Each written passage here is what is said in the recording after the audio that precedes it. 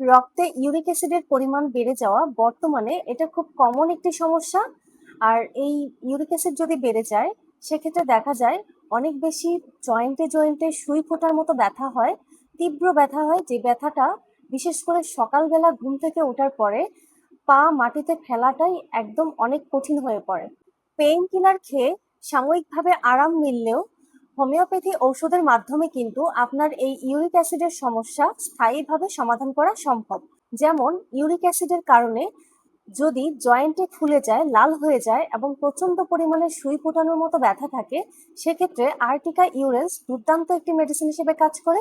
এছাড়া দীর্ঘদিনের পুরনো বাতের ব্যথা এবং ইউরিক অ্যাসিডের সমস্যাজনিত ব্যথা যদি থাকে, কলসিকাম মেডিসিনটি খুব ভালো কাজ করে।